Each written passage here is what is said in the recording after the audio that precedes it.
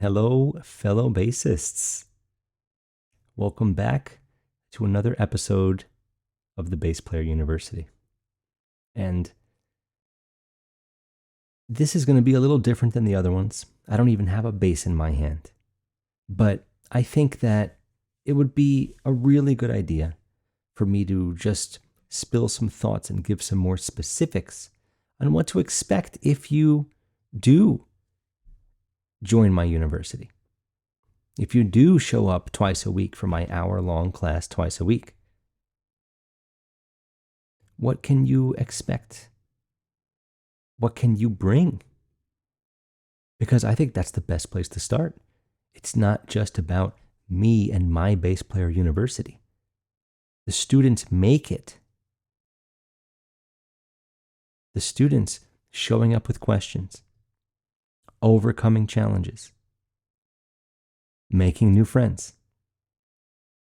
Like-minded individuals, of course, because we are all low-end enthusiasts, and it's not like any other instrument. And that's why I think this is the most important part about being in a group to discuss it. I've been doing one-on-one lessons for 27 years. It's a long time. I've always had students.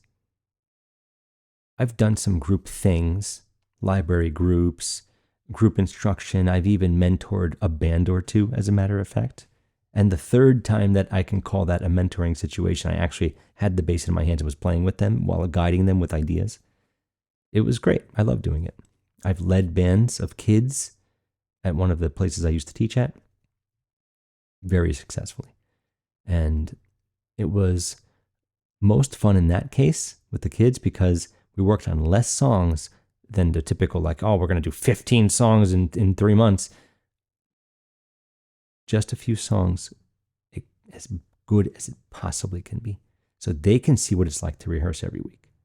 Anyway, my point of mentioning that I've been teaching this long is that I've always felt that something almost intangible was missing. Some element where, yes, of course, if a team does bad, the coach can have blame too. But if you're missing your star player for a day, or if someone just makes a human error that ends up being the downfall of a certain moment, yes, maybe that wasn't the coach's fault. Now, there's responsibility to be taken, always, as a coach. But here's my point. And I've had students for years, many years, as a matter of fact, if you see me every single week, much like you do here at the Bass Player University YouTube page, please like, share, and subscribe, of course. And join my email list. Go to my website. I give a very fun and usually very informative, or I should say always very informative email. If you show up every week, see me, bass in hand, we do our thing. We talk about songs. We discuss, hey, see how that thing works right there? There's another pentatonic scale. What a surprise. For example, you get comfortable. And comfort is important, especially when you want to be comfortable on your instrument, for example. Usually the bass is the only thing standing in between what's going on in your head, what you want to do, and what actually happens. How does that happen? The fretboard is just a little XY coordinate, and you get used to very specific patterns that are comfortable for your hands, too comfortable. And of course, your plucking can also lead to this comfort that actually takes away from how much you can do. It actually takes away from what kind of variety you can create because you feel locked in only the things you've practiced, not the things you're hearing that you know you want to do. I would hazard to say, even at a beginner level, most bass players are 80% of what they want to do happens, tops. At the most. I dare to say that 100% of bass players are actually better bass players here than they are here. We have great ideas constantly. If you can talk, if you walk, if you even drive, you're improvising on the fly, constantly making millisecond adjustments. That's how amazing our brains are. To have that kind of freedom with the language of music, or let's just say the bass, to be specific here, you need to keep going. It's always a factor of time. It's always work. So, before I get too far in that direction, with the one-on-one lessons, the comfort of seeing me and only having to play for me in a room, the doors closed, we sit down with our amps and our basses, usually with amps. And there tends to be, eventually, there's a stagnation. It's the nature of the beast. Maybe you can get away with a little something, even if I scold you, which obviously, as you hopefully can tell by my demeanor, I'm not that kind of person. But there are other ways to grow. And it doesn't have to be that you move on to another teacher. You don't want to start over when you have the comfort. That's the other part of this, is it's a good thing. It's good to have this relationship with your coach, with your teacher.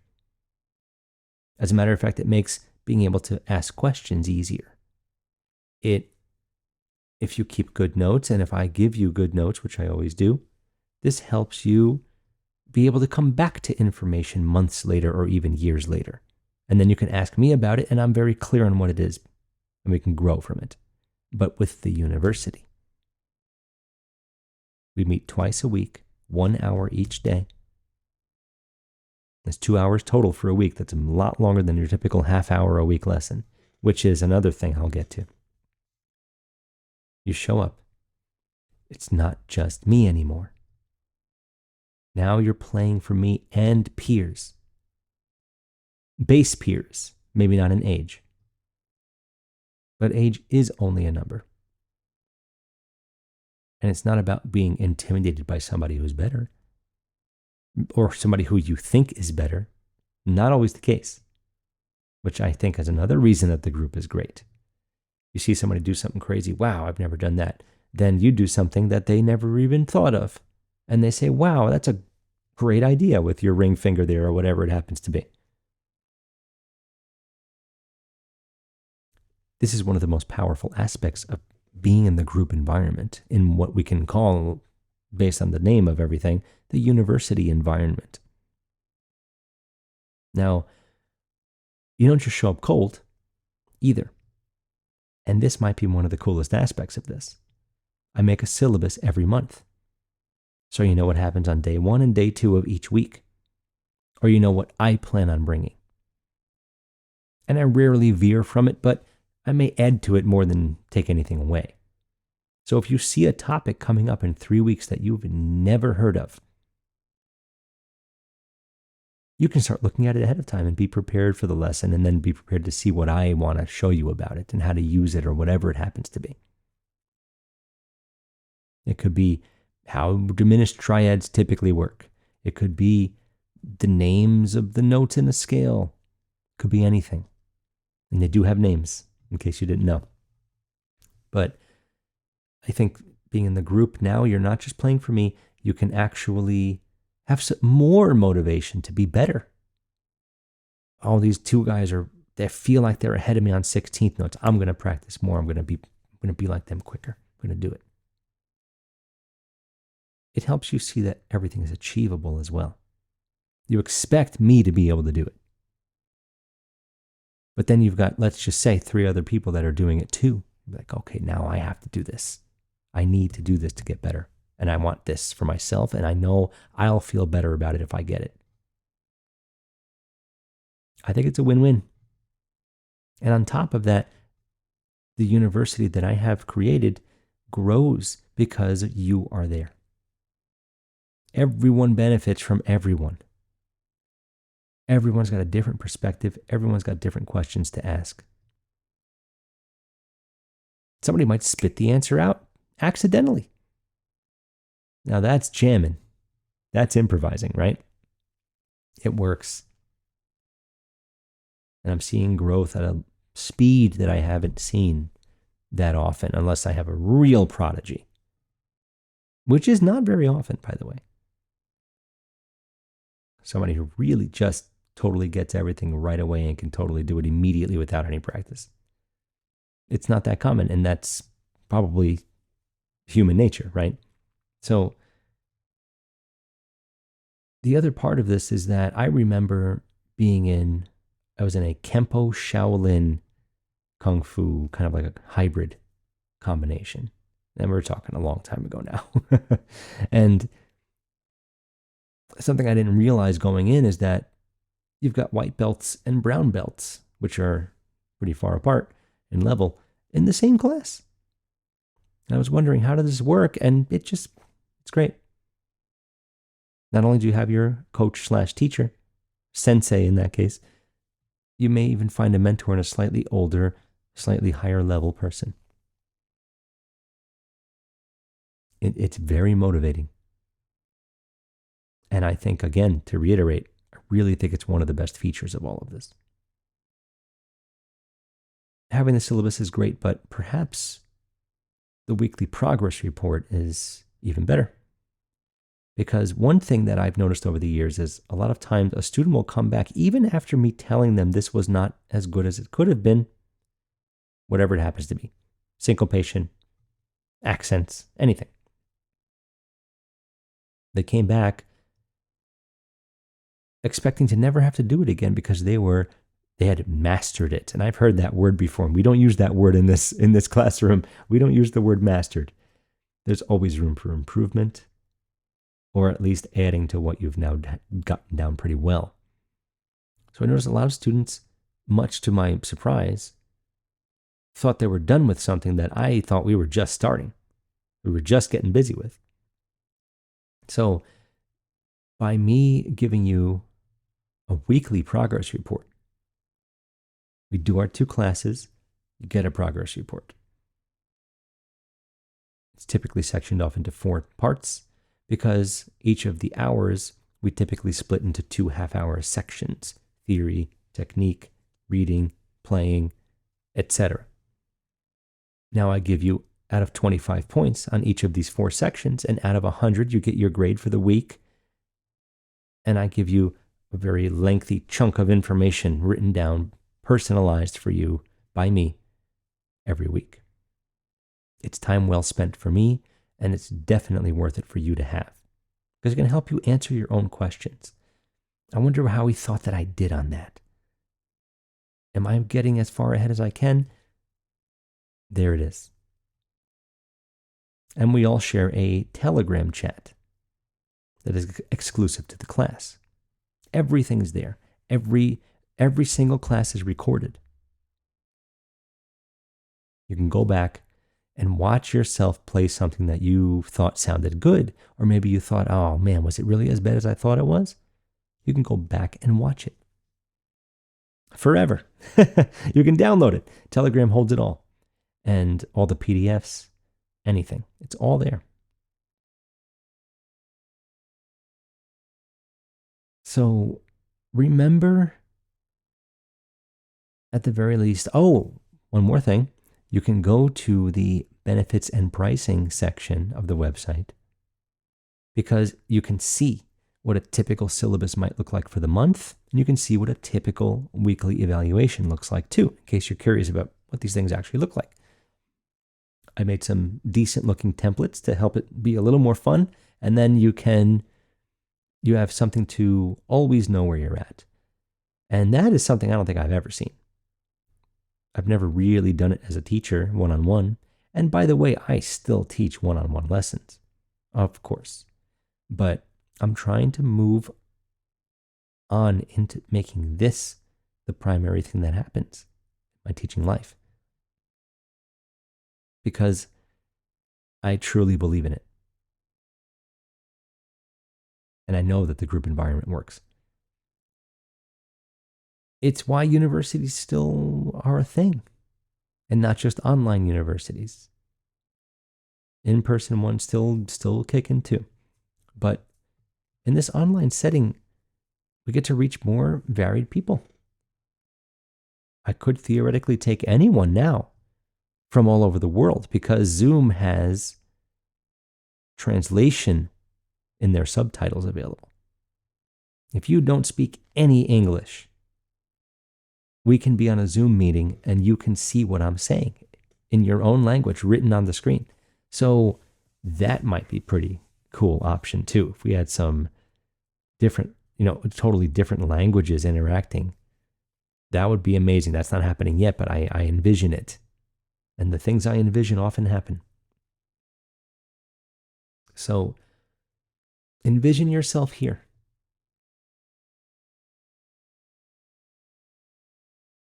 I really think that you will surprise yourself at the level of growth that you will get. I will hopefully surprise you with the amount of materials that we cover, the amount of different topics, the amount of different approaches that we cover. Because you need to really know your stuff to truly make the right bass line in any style. And no matter what style you focus on, knowing every single style you possibly can will always, always, always make you better at what you do and give you more options, especially if you're creating in an original band. But it's just as effective for a top 40 cover band because it'll make you much better at memorizing songs. It'll make you much better at truly mimicking and replicating what's already been laid down with authenticity. It's a big word around here. And something that I think will also surprise you is how much fun a test can be. Now, I've given tests to my one-on-one students, especially if they seem to need it or if I think they think they're not as good as I can tell that they are. Sometimes doing well on a test can change that right away. And we have a test once a month. At the end of each syllabus is test. I give a number of songs to choose from. Everyone gets to choose one and learn it as well as they possibly can, as authentically as possible. Different styles, different eras. And they can choose to do a decent section of it or just play the whole thing for a little extra credit. And then, of course, there's another part of the test that's kind of more like a test, How do you spell this? Play me this. Read these 16th notes. I'm going to play a 4-measure thing. You write it down. That's called dictation. Dictation, also often called transcribing.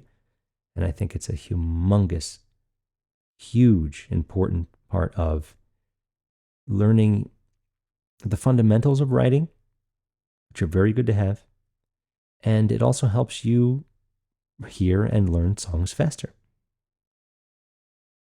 Learning songs fast is a goal, but it's important that it's done with the approach of, I can do this, I can learn songs fast now because I know all of this stuff. And I've already played exactly that in another song and another 5 songs. Because let's be real about bass, especially in a rock setting, a lot of things are something you've already played, just in a different key or in a different, it could be major versus minor, but we get a lot of similar things, roots and fifths and pentatonics, and things come our way very often. So I think even if I were to talk about this for another hour, I don't think it would make as much of an impact as I hope I've already had.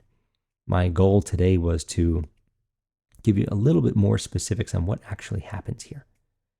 And all the information's on the website, but it's different when we do it this way. So hopefully, if you've been thinking about it, hopefully this is giving you more to think about. And if you have any more questions, you can email me. You can even call me. My phone number and my email are on the website. They're also linked in the show notes. And if you're on my email list, it's at the bottom of every single email as well. So Go to my website. Please join the email list. Share this with anyone you know that plays bass, or even is thinking about it, or is just obsessed with bass and loves the idea of it and maybe doesn't understand how the role of it works, no matter how much they listen to it, right? Join the email list and check out, right next to the button for the email list, there's a button for benefits and pricing, and go over some more details about what we do here. This includes special guests and a lot of other fun things. And then it has the pricing as well. There's 3 tiers of pricing regarding how much you end up actually spending each week. It shows you what your weekly rate is when you pay for either 3 months, 6 months, or 1 year upfront. Because the Bass Player University never ends. There's no semester. It never stops. There is always work to be done. There are always new songs to learn. There are always new styles to get more comfortable with. There are always new continents to explore. And it's just the tip of the iceberg. Thank you for giving me the time. And I hope to see you at the next class.